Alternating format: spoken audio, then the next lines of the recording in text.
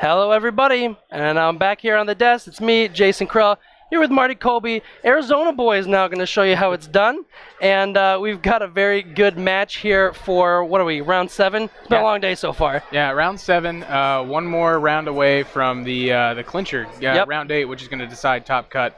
We got 2 trainers here that have some really interesting teams. Every match that we've had on stream has been absolutely fantastic to catch. It's been good. So definitely looking forward to another one here. Yeah, and so who we have today, we've got Brady Smith, who you will probably know quite well because he's been on, right before, like post-Worlds, but before the format switch. Brady had a very good run of regionals. He won Memphis after earlier getting second place at a regional. I think, if I'm not mistaken, I think he lost to Alberto in the finals of one, and then was able to get that revenge win in the other. So definitely a talented player, having a very good start to his season. I want to say he's 7th or 8th overall in the CP standings. Wow. So he's obviously, I think he's chasing the snowball. He's trying to stay on pace for that day 2 invite, get that stipend for the U.S. International Championships that, it seems far off now, but because of the way they cut off those dates, it's definitely something you have to focus on. And then the other player we have is Joseph Costa, who is definitely also a very talented player. He's made Worlds twice. I believe he got top 8 in Nats as a senior, and he's definitely cut regionals a few times. So a name that, is someone who you may not have seen on stream quite as often, but certainly someone who is talented. And I think we're seeing some similar trends with these players and the teams that they're bringing, and it's kind of giving us a good idea of where the meta is going. I know we talked about this halfway through the day, and some usage stats, but there are really some kind of, these archetypes are being defined. And what's good is that we got the raw numbers, and we knew who was going to be where. But what we're now learning is which of those Pokemon and teams that we were seeing are up at the top, and so both these teams, like Joseph running Manectric, that Porygon 2, those things that are climbing up in the usage stats, and should make for a very interesting game. Yeah, we'll get into the teams here shortly, but like the last matchup, really came down to which Incineroar had to move to beat the other Incineroar. Right. So No one had low kick, right? Yeah, exactly. No low kick, so it'll be interesting here. Well, so we do actually have the teams on the left is Joseph Costa with the Celesteela, Manectric, Porygon 2, Incineroar, Tapu Fini, and Snorlax, whereas Brady Smith with the Tapu Koko, Metagross, we'll see if it's Mega, the Tapu Bulu, Incineroar, Araquanid, and the Porygon 2. So actually, similar teams to what we've seen today, some similar elements to what we've seen in the last couple rounds too. Yeah, I really like the Celesteela and this matchup from Joseph. Right. Normally you would see a Tapu Koko and an Incineroar on the other side and say, I'm not bringing Celesteela this matchup. But the fact that he can partner that Celesteela with something like a Manectric before it Mega Evolves to be able to soak up those electric moves makes it something that's got a little bit more staying power. Yep. I think Brady's key to success will be not letting that Celesteela just stall out for the victory. And I think that's something, you really have to be on top of that, because we saw many, many times last season how Celesteela is so able to do that. Yep. A lot of it will depend on what kind of set. If you're running, obviously you're almost always going to see the leech seeds, but then you have things like the flamethrower versus the substitute, and you're even seeing some different sets these days with the seeds and acrobatics. So it'll be interesting to see what Joseph decides to go with, but in this case, Celesteela is potentially in the back because we're starting off with Manectric and Tapu Fini getting up the Misty Surge against Metagross and the Tapu Koko on Brady's side. Yeah, I like this lead from Brady here.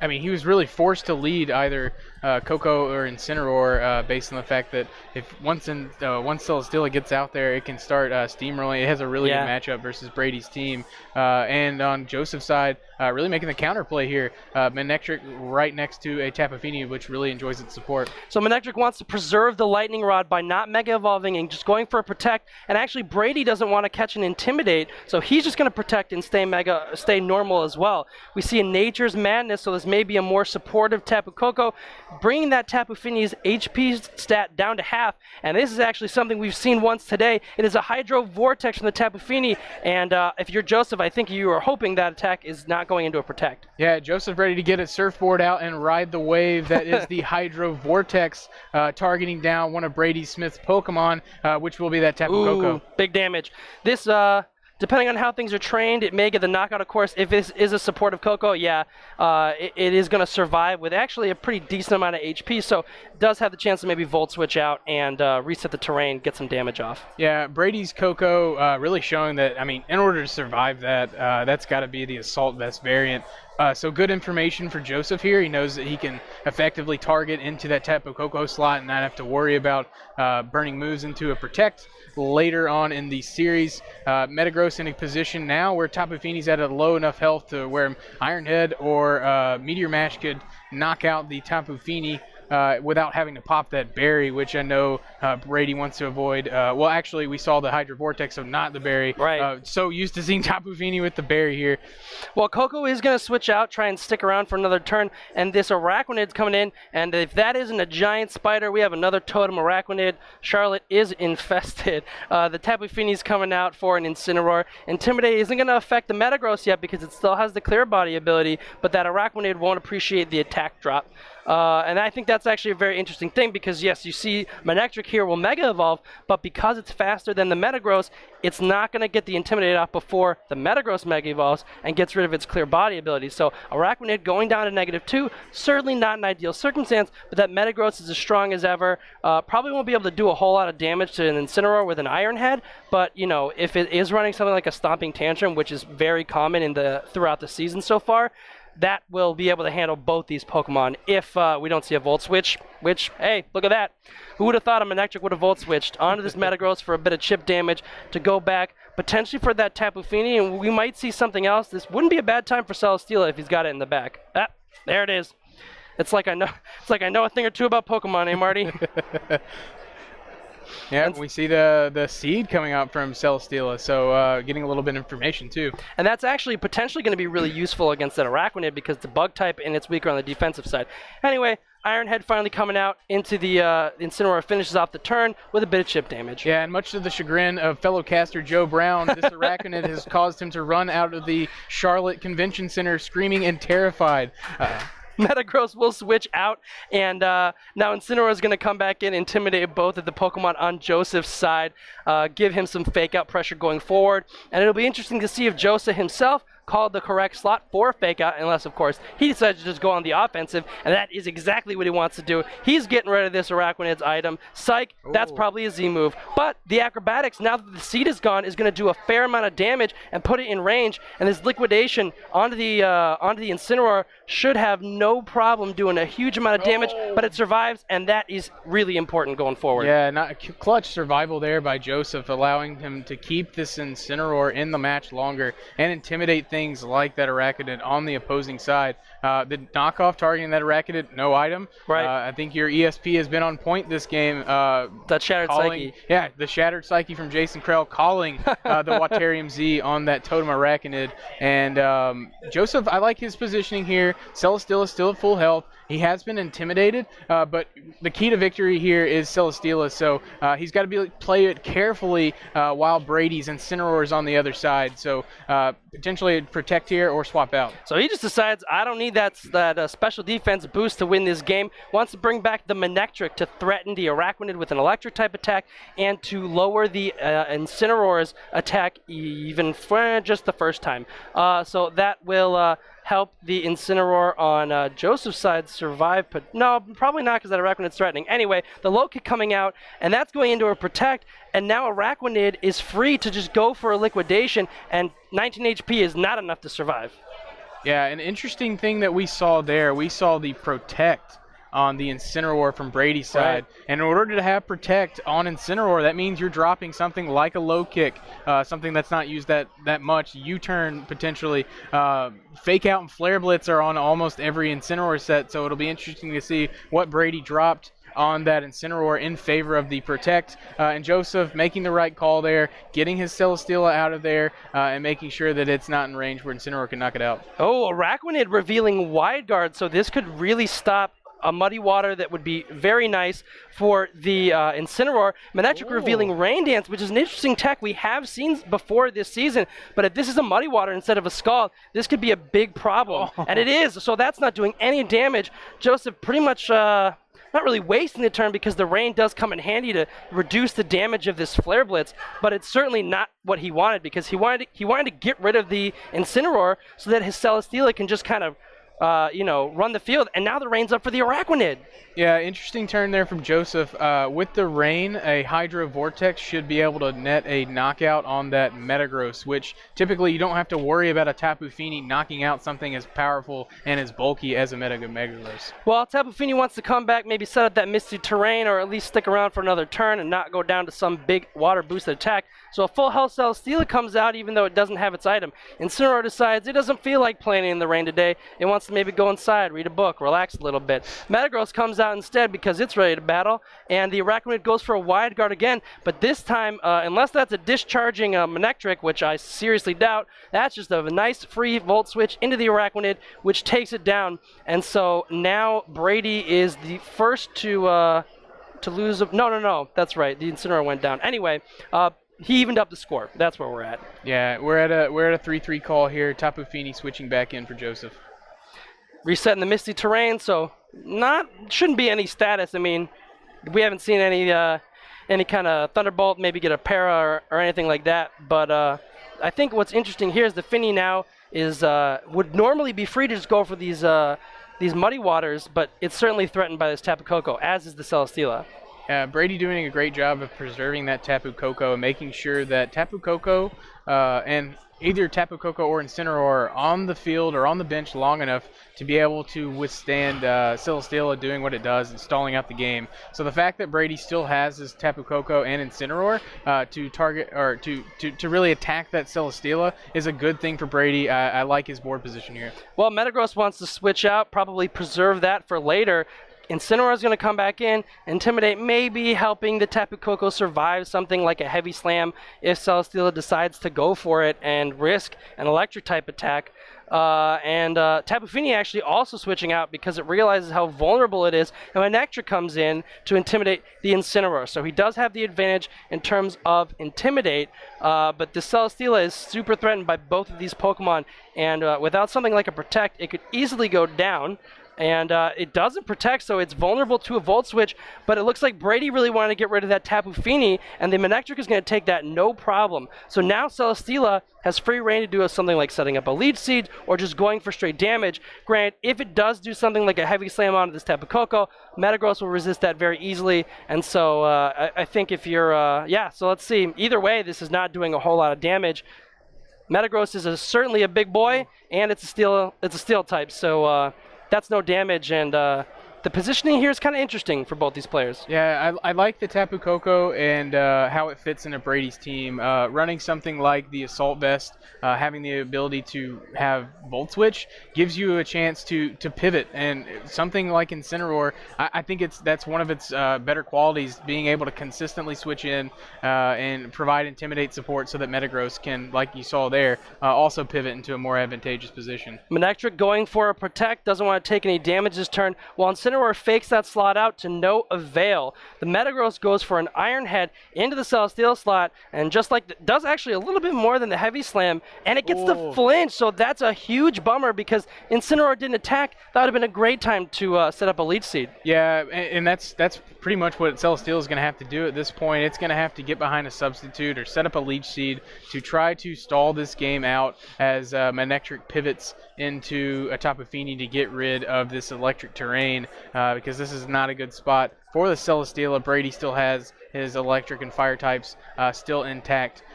For the Metagross here, I think you can start targeting down the opposing slot, so whatever's going to come into that Manectric slot, and as long as you save the Tapu Koko and Incineroar late game for the Celesteela, especially when the rain goes away.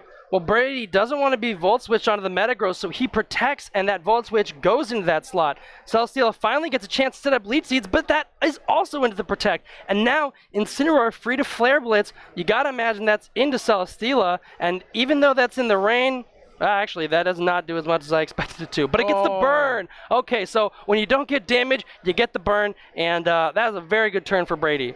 Yeah, and I don't think the burn matters that much in the sense that it's nerfing the attack from Celesteela. Right. I think for Joseph, Celesteela is more of a stall to victory type Pokemon in terms of a win condition, but the burn is going to consistently whittle away from Celesteela's health. and unless it's holding some sort of berry, which it's not, we saw the Misty Seed previously, it's not going to be able to passively recover health. And range right now where an Incineroar Flare Blitz is going to be able to knock it off even if it gets that Leech Seed.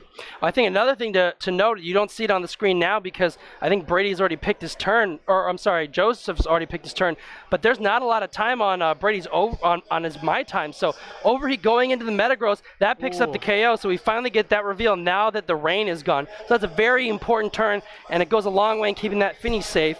Celesteela finally gets his Leech Seeds off, doesn't have to worry about the Protect, but just like the rain is gone before, the Celesteela is not going to be protected from this Flare Blitz, and the Leech Seeds will have to be taken advantage by the the Tapu Fini. So that actually, it could come in handy, kind of a sacrificial Leaf Seeds. Yeah, and one of the interesting things there, we saw the Rain Dance from Manectric, so I think that probably played into Brady just staying in there with the Metagross, because you would think, well, why would he not protect with a potential overheat there? Right. But would you really think that a Manectric carrying Rain Dance has the overheat? Yeah. So I like that. He does reveal at game 1, so Brady will have the advantage of game 2 and potentially at game 3 of knowing that that's there. But interesting tech there from Joseph saying, you know, Incineroar or Manectric's overheat is great even if I do run something like Rain Dance. Well, and here's the Rain Dance again. Wants to keep that Incineroar nice and weak. Probably preserve the longevity of the Manectric itself, since it's not going to be Flare Blitzing the Tapu Fini. The Tapu Koko reveals Electro Web, so that's going to be really important for this endgame, but also going forward. So it's going to lower the speed of the Manectric, so now Tapu Koko is the fastest thing on the field. The Tapu Fini is going to be even slower, potentially slower than the Incineroar, but there's almost no way that that thing is sticking around thanks to a rain-boosted Muddy Water. Oh, and actually both these Pokemon are fainting, so that's basically just it. Joseph is taking game 1 with a big Muddy Water. No Araquanid around this time to block it with a Wide Guard.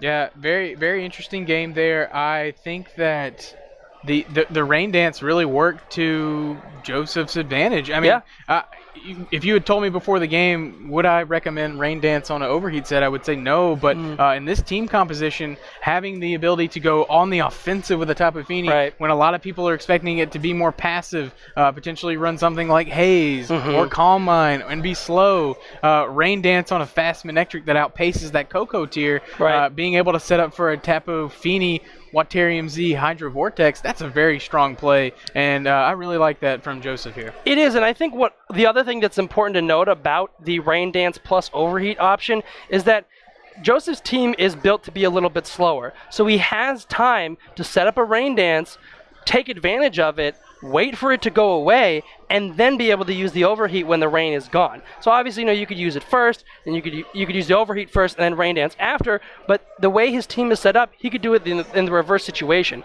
Now, as far as adjusting, do you think that the information that Brady got in Game 1 is going to be able to help him take this Game 2?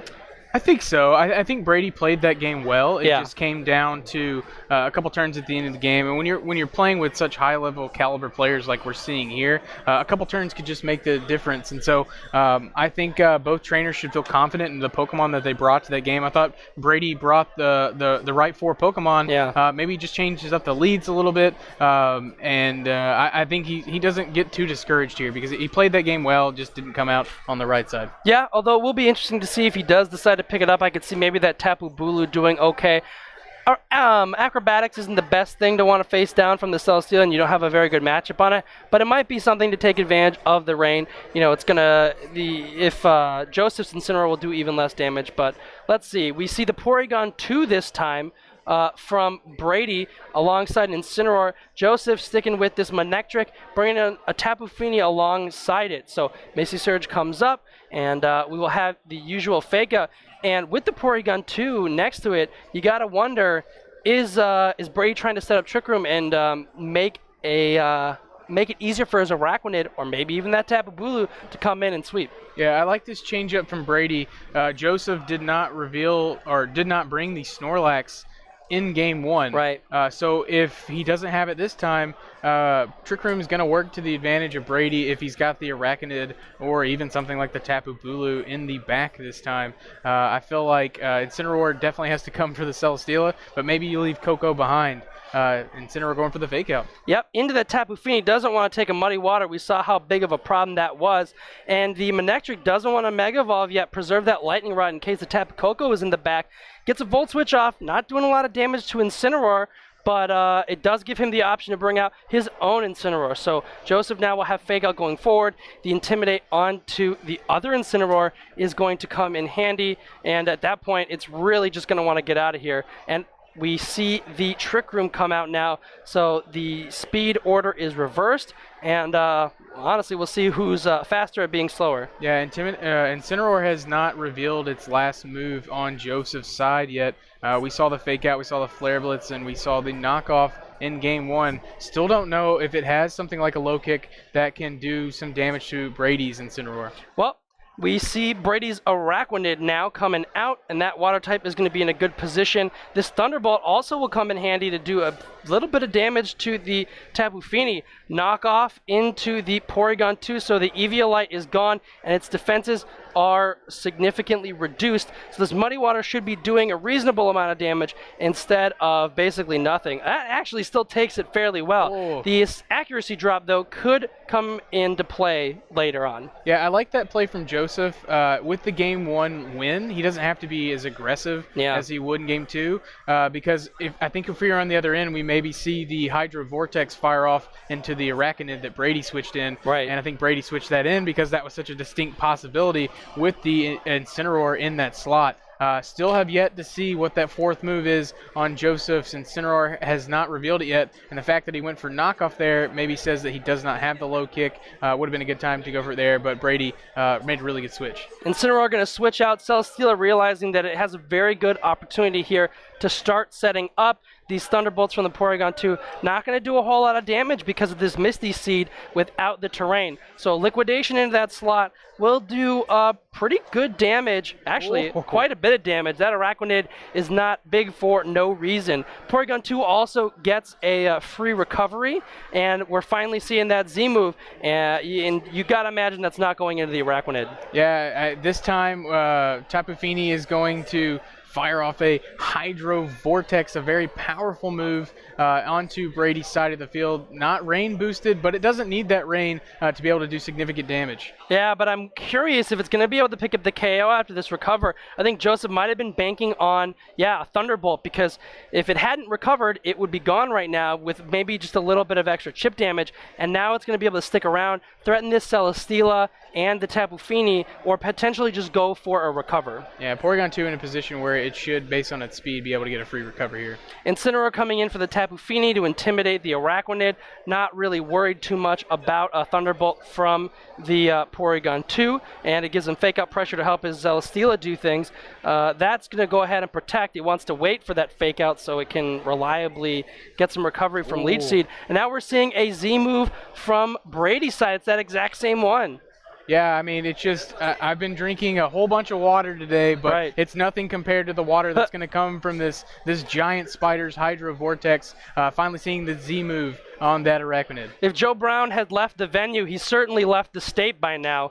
And this Incineroar, actually, what a very good switch. It's gone. The Incineroar has fainted. So a nice prediction from Brady, because you would never go for that into a Tapu Fini. Yeah, and good information there as you see the Porygon just go for a recover. I mean, it was a free recover, but the fact that Arachnid can be intimidated one stage and still pick up the knockout with Hydro Vortex onto the Incineroar leads me to believe that it is brave and has a lot of investment in the attack department. Well, Manectric is going to come out now, and it is in Trick Room, so it's not in the best position. Yeah, I like the position that Brady's in right here. Has a commanding position to get back into this, win Game 2, and potentially take it to a Game 3. I think if you're Brady right here, swap out the Arachnid. It's doing so much work, and avoid that Manectric. Well, that is exactly what he's going to do. He thinks Incineroar is perfectly capable of finishing off this Celesteela. The Intimidate will help weaken that a little bit, and he'll get that Fake Out pressure once more. The Manectric is finally going to Mega Evolve, though, so it'll also get an Intimidate off onto the Incineroar, and it won't quite have the same the same threat because Incineroar doesn't take those attacks super effectively. And it should be interesting to see whether Celesteela makes it through this turn. Porygon 2 actually just recovering, even though it's basically got full health. I think it maybe was just scouting out, preparing for future turns. And Acrobatics trying to catch that Araquanid, that will fail. And a Volt Switch into the Incineroar, that does help a little bit. And it brings it pretty low. So it may be in a position where Tapu Fini can come in and take it out next turn. Now that there is nothing currently threatening it too much on the field, other than Porygon's Thunderbolt. Yeah, and we see the Trick Room expire as well as the Misty Terrain expire. And I think if you're Joseph here, you are a Incineroar knockout away, depending on what that fourth and final Pokemon is on Brady's side, whether it's Tapu Koko or something different, from being in a Celesteela win condition position. I think you've got to keep preserving it. I know we've been harping on that the entire game. Tapu Fini, I'd like to see it target into the Incineroar and knock it out here so that Celesteela can set up for a victory. Porygon 2 finally leaving the field now that it's topped off, and Brady reveals his fourth Pokemon to be Metagross. So there is no Koko. This Incineroar is pretty much Brady's only way to deal with this Celesteela reliably, other than just chunking it with Liquidation. We saw that did big damage. But the Incineroar protects itself from this Muddy Water as the Metagross switches in. Good news here, even though it had to take a little bit of damage, it doesn't have to worry about accuracy drops thanks to Clear Body. The problem it does have to deal with now is Leech Seed recovery. And so Celesteela is getting itself into a position where it's going to be capable of taking another Liquidation, and the Tapu Fini is potentially safe from an Iron Head, thus threatening the Incineroar. Yeah, and Celesteela in a position where as long as Fini targets down the Incineroar and gets a knockout, it can either Leech Seed again into the Metagross, predicting a switch out into the Porygon 2. Yep. It's not really in range of being KO'd by Metagross. The only bad thing that could happen would be an Iron Head flinch. Well, Brady, just expecting Joseph to play around that Incineroar being on the field, decides he wants to take the tempo up to the next level, brings in his Porygon 2, which gets a download boost and attack, so not going to be too helpful there. Mega Metagross evolves, gets the Tough Claws ability, boosting moves that make contact, so this Iron Head's going to be even stronger into the Tapu Fini, and I think that Joseph really needs it to survive, and it does with 7 HP, but the problem is the Incineroar is not there anymore, so it's not going to be able to knock that out. This Metagross will take a little bit of damage, and the Leech Seed might be able to knock it out. It's going to be very close, but it also gets a double Leech Seed up onto the Porygon 2, and now it's really sitting pretty. Yeah, if you're Joseph here, you've got to preserve that Tapu Fini for the end game with Incineroar. We've seen the Manectric, we've seen the Incineroar, we've seen the Tapu Fini and Celesteela from Joseph. So Tapu Fini is the only thing that deals with the opposing Incineroar on Brady's side.